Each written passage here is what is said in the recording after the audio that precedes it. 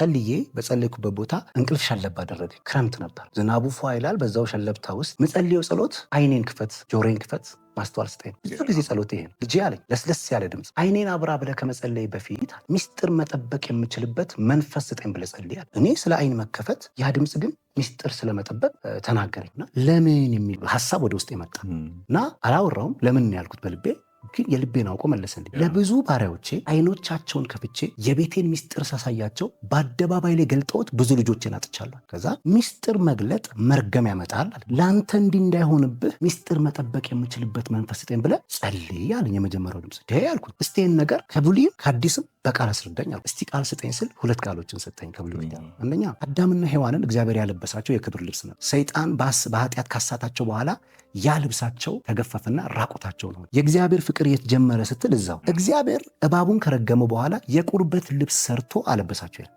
የእግዚአብሔር አልቲሜት አጀንዳው የሰዎችን ሀፍረተ ስጋ ገበና መግለጥ ሳይሆን ማልበስ ነው። የገለጠው ማን ነው? ዲያብሎስም።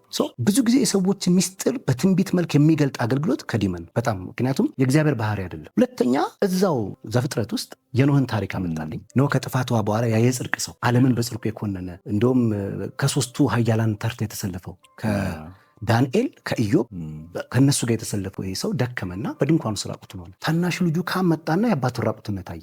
እግዚአብሔር አይኑን ከፍቶ የአባቱን ሀፍረተ ስጋ ሲያሳየው እንዲያለብስ ነበር። ሕግም አላቸው የአባትንም ሆነ የእናትን ሀፍረተ ስጋ አትግለጥ የሚል። ያ ሰው ግን ወጥቶ በመሳለቅ መንፈስ ለወንድሞቹ ነገራቸው። ነው የአባቴን ሀፍረተ ስጋ ይዋላል። ሁለቱ ሰሙ ይላል። በጫንቃቸው ላይ ሸማ ወስደው የኋልዮሽ ሄደው የአባታቸውን ሀፍረተ ስጋ ለበሱ ይላል። ኖህ ከስካሩ ነቃ ይላል። ታናሽ ልጁ ያደረገበትን አወቀ ይልና የረገመው ዘሩን። ለምንድን ነው እሱን ያረገመው? እሱም ቢረግመው የእግዚአብሔር በረከት ስላለበት የእግዚአብሔር በረከት ያለበት አይረገምም። ከጥፋቷ በኋላ ባርኳቸው። ብለሲንጉን አልፎ የሚሰራ መርገም ስላሌለ ዘሩን ግን ረገመበት። እነዛን ሰዎች ግን ባረካቸው። ወደ አዲስ ኪዳን ደግሞ ሲያመጣ ምን አለ? ፍቅር የኃጢአትን ብዛት ይሸፍናልና ከሁሉ በፊት አጥብቃችሁ ተዋደዱ ካሌም በኋላ የዮሴፍንና የማርያምን ታሪክ በመንፈስ ሊያመጣ ከመንፈስ ቅዱስ ጸንሳ ስትገኝ ጻድቅ ሆኖ ሊገልጣት አልወደደም። ያስወግራታል። ጻድቅ ስለሆነ ሊገልጣት ስላልወደደ በስውር ሊተዋ ሲያስብ እግዚአብሔር መልአክ መጥቶ እንደተናገረውና ባለቤቱ እንደወሰዳት ትመለከታል።